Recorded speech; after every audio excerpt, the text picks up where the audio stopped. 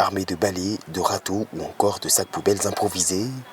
Ce dimanche matin, ils sont des centaines de personnes à se joindre aux agents de la mairie de Niamey pour une opération de dépollution de la ceinture verte.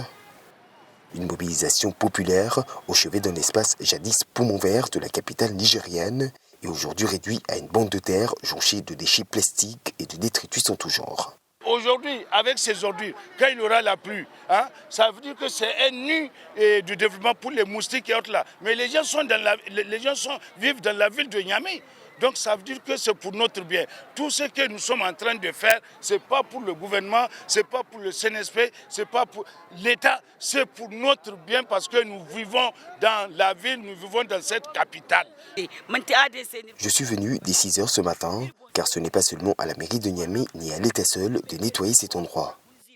Autrefois, la ceinture verte était un espace où l'on pouvait circuler tranquillement et respirer de l'air pur. S'il est aujourd'hui dans cet état, c'est aussi de notre responsabilité en tant que citoyens.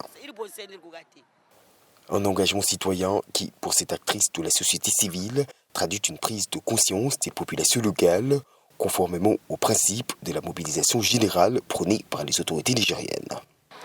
Il faut entendre par mobilisation générale tout ce qu'un citoyen doit faire pour son pays, pour le développement de son pays. Donc aujourd'hui, être au niveau de la ceinture verte pour balayer, nettoyer l'endroit, c'est une responsabilité citoyenne.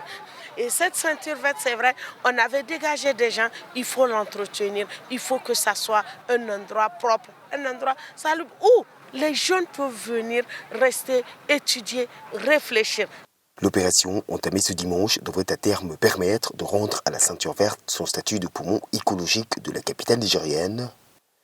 Plusieurs projets devraient ainsi bientôt y voir le jour, dont un jardin botanique, un parc zoologique, de même qu'une aire de détente et de sport aménagée pour tous les âges.